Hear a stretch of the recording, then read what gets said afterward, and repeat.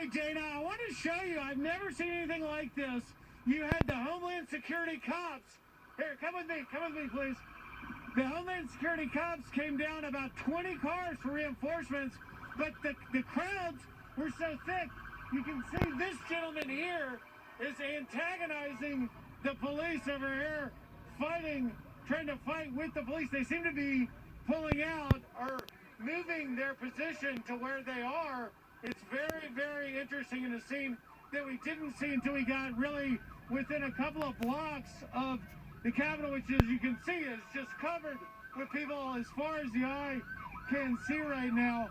I'm not sure exactly what the police's plan is, whether or not this was a sort of law enforcement plan that they were trying to do and then it got out of hand. Excuse me, sir, please, if you don't mind. So as you can see, a little bit of the anti-media folks here as well. But if you go back here towards the Capitol, you can just see the sea of tens of thousands of people. And for now, obviously, you have the police that we saw here getting turned away in these thick crowds. And I'm not sure exactly why. Dana? Oh, all right, Griff Jenkins, thank you so much. Chris Wallace, as we continue to watch the walk up Constitution Avenue, the protesters on the east side of the Capitol there and on the balconies, and now also inside the Capitol building as the House and the Senate are now on lockdown. You have protesters inside Statuary Hall. Well, that shot on the right side of your screen is really the most remarkable one. Let me say the one on the left side is pretty unprecedented, too. It's someone who used to cover anti-war rallies, anti-Vietnam War rallies in the 60s and early 70s in Washington. You'd have 250,000 people. Protesters never got anywhere close, anywhere near this close to the to the Capitol. And incidentally, some of those that you can see there on the left side of the screen are on the west front. That is where in 14 days, 2 weeks from today, Joe Biden is going to be sworn in as president. That's where the inaugural stands are, and that's where the Trump protesters are. But the really extraordinary shot was on the right side of the screen, as Brett pointed out, in Statuary Hall, which is just feet away from the House chamber, and how protesters got inside. You know, Chad was talking a little while ago about the bombing, the terrible incident. Look there. That's just right off the floor of the House chamber, and you can see a parade of protesters. Back in the 80s, when they had that bombing, the Capitol was a completely different place in terms of security than it is now. They set up the visitor center. You have to go through a long series of metal detectors and all kinds of things to get into the Capitol.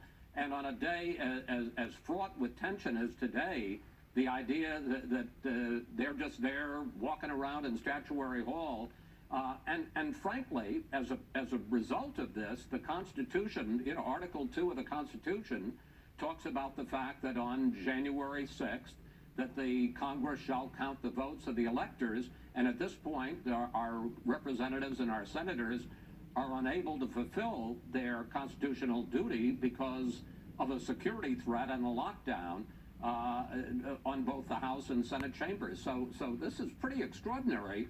I mean, that's just I'd have to say unprecedented, certainly in my lifetime, to see this kind of display both inside and outside the Capitol building at a time when the Congress is supposed to be fulfilling its constitutional duty to count the electors to the next president of the United States. It doesn't get much starker than that.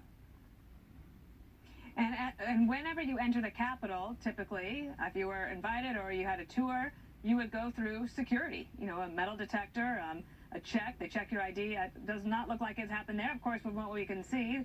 It looks like they're just walking through Statuary Hall, which, of course, is a beautiful place. Chad Pergram, congressional correspondent there, with an update from inside. Let me be very clear about what's happened here, is that the mob has overtaken the process of trying to certify the Electoral College. Security here at the United States Capitol has failed. The idea that members, that people, protesters, were able to get into Statuary Hall, walk around with flags while they were trying to conduct the business of the House chamber, inside the House chamber and the Senate chamber. Chuck Grassley, the president pro tem, third in line to the president, said that demonstrators were inside the building. Security here has utterly failed. That's a problem. Now, what's going on right now in the House chamber? Now, there's no picture up from the House chamber, but Jim McGovern, Democrat from Massachusetts, is presiding. And what he told members verbally when they cut the visual feed here, he said there are escape hoods under your chairs.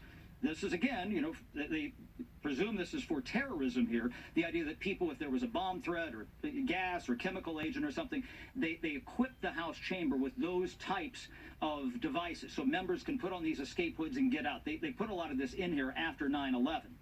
And to do is move to the rotunda, but you can't move to the rotunda when you have protesters just a couple of feet away in Statuary Hall. That's the main area of ingress or egress between the House chamber over to the rotunda, and that tells me they were trying to evacuate. Now, here are the questions I have. What we don't know is, where is Mike Pence, the vice president, right now? He ostensibly is still in the building, was presiding over the joint session, which has been suspended for the time being. He is ostensibly somewhere in the building. Where is the person who's next in line to the presidency? Nancy Pelosi, the Speaker of the House. We don't know. Back to you. All right, Chad, thank you so much. Rich Edson is still outside with the protesters there with an update for us. Rich? Yeah, good afternoon, Dana. And you've seen this effort to try to get to the Capitol building, and now you can see the protesters. They're up and they're cheering, and they have gotten to a place in the Capitol where they are clearly not supposed to be, up on the scaffolding on the west front, where the inauguration is supposed to take place in a couple of weeks. You know, when they got to that area, you heard the crowd below erupt in applause that those folks had gotten to that point. More and more people continue approaching the Capitol. But in the beginning, you had this real concentrated group that was moving towards the Capitol. It's broken down on the fringes. There are people everywhere around here. And with that, there are also police streaming everywhere. So, Sanford, if we can go to the left here, there are people who are moving up towards the left side. That's the Senate side, with the Senate office buildings there. And usually you've got Capitol Hill police. They're the ones in charge of the complex. Well, now Washington, D.C. Metro Police, they have been streaming up Constitution Avenue, which is towards the left here. They have been running in their riot gear. They have been moving them in vans and moving towards a situation that's off to the left and out kind of past where those trees are there. Not really sure what's happening there, but they are moving in a real hurry over there as more police officers continue to come here, more protesters continue to come to this area. And this area is just awash with protesters and police officers right now, Dana. All right, Rich Edson, thank you so much. I believe, Brett Baer, you have an update from inside? I do. First of all, we went from a peaceful protest, and this is a very dangerous situation right now. That there are, I'm being told, these protesters on the inside are around both chambers, and there is now tear gas inside the Capitol Rotunda. In fact, members locked in the House are being instructed to put on masks. And I've been in contact with some of the members in the House, and I think we're going to try to get some on the phone.